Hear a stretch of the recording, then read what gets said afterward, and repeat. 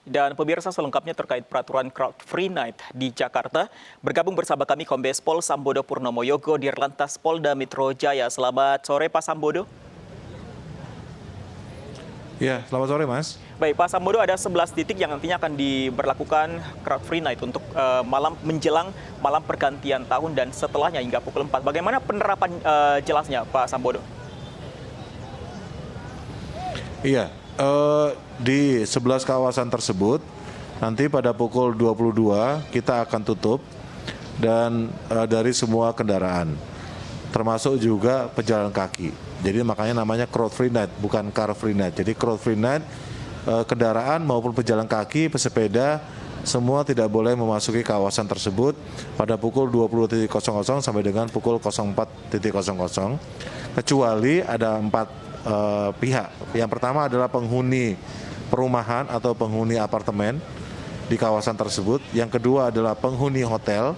Kalau memang dia memang sedang menginap di hotel di kawasan yang sedang ditutup itu. Yang ketiga adalah petugas yang sedang bertugas pada malam itu, misalnya TNI, Polri, Dinas Perhubungan, Satpol PP dan sebagainya. Dan yang keempat adalah darurat. Darurat di sini termasuk ambulan, pemadam kebakaran, atau mungkin ada masyarakat yang sedang membawa orang sakit, maka diperbolehkan untuk melintasi kawasan-kawasan tersebut. Nah, setelah kita tutup, kemudian nanti akan ada satu tim yang akan menyisir satu persatu. Karena kawasan-kawasan yang kita tutup ini kan kawasan-kawasan yang memang penuh dengan tempat-tempat publik ya, restoran, kafe dan sebagainya. Dia akan menyisir dan diharapkan nanti setidaknya 22.30 atau 23.00 tempat tersebut sudah sepi seluruhnya. Jadi yang dari luar sudah tidak boleh masuk, yang di dalam kita akan himbau untuk segera meninggalkan tempat. Pak Sambodo, mungkin ada 4 tadi yang mendapat pengecualian. Mungkin selain pemadam kebakaran dan ambulans, tiga kategori tadi, apakah nantinya harus ada yang harus ditunjukkan ketika akan melintas di 11 kawasan yang ditutup, Pak? Iya. Ya, setidaknya minimal kalau dia tinggal di perumahan, dia menunjukkan KTP bahwa memang dia tinggal di situ. Yang kedua, kalau misalnya dia penghuni hotel, dia menunjukkan tanda bukti bahwa memang dia sedang menginap di hotel tersebut, misalnya kunci kamar, kode booking dan sebagainya. Gitu.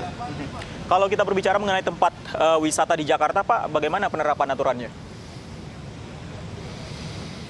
Tempat wisata di Jakarta ada pertama untuk Setu Babakan dan Kota Tua memang tutup. Kemudian untuk Ancol, Taman Mini dan Ragunan itu mereka buka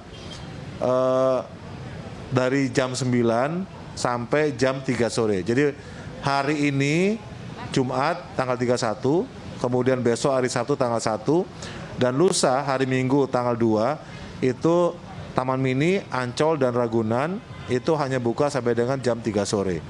Jam 2, 1 jam sebelum penutupan, anggota dan petugas sudah masuk ke dalam area untuk menghimbau para pengunjung untuk meninggalkan lokasi.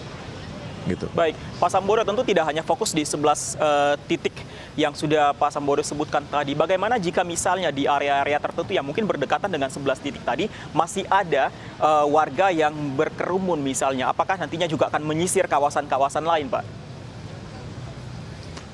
Iya, kita siapkan patroli skala besar, baik dari level Polda, Polres maupun Polsek, yang akan melaksanakan patroli di tempat-tempat yang rawan kerumunan.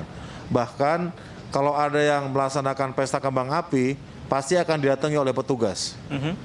Di mana dicari itu, siapa yang menyalakan kembang api pasti akan di rumahnya akan didatangi oleh petugas. Akan dibubarkan saja. Betul-betul. Baik. Iya. Akan dibubarkan saja atau nantinya ada sanksi, Pak? Karena apa? Karena ya nanti kita lihat sejauh mana ininya, gitu, pelanggarannya. Baik. Hingga pukul pertama berapa? Memang kita himbau untuk membubarkan diri aja. Baik. Pokoknya sampai dengan pukul 04.00. Kalau koordinasi dengan pihak-pihak lain, Pak, sanksinya seperti apa kalau nantinya masih ada yang akan berkerumun, Pak? Ya, tentu kalau kafe, restoran kan ada pergubnya, ada perdanya. Kita juga melibatkan Satpol PP. Kemudian kalau memang ditemukan ada sanksi pidananya, bisa kita kenakan sanksi pidana. Misalnya pada saat kita melakukan penutupan ada perlawanan dari pihak keamanan internal ataupun dari satpam atau misalnya dari orang-orang yang berusaha menghalangi petugas, tentu bisa saja petugas tersebut kita amankan, tentu ada pelanggaran pasal pidana. Jadi nanti kita lihat apa pelanggarannya seperti apa.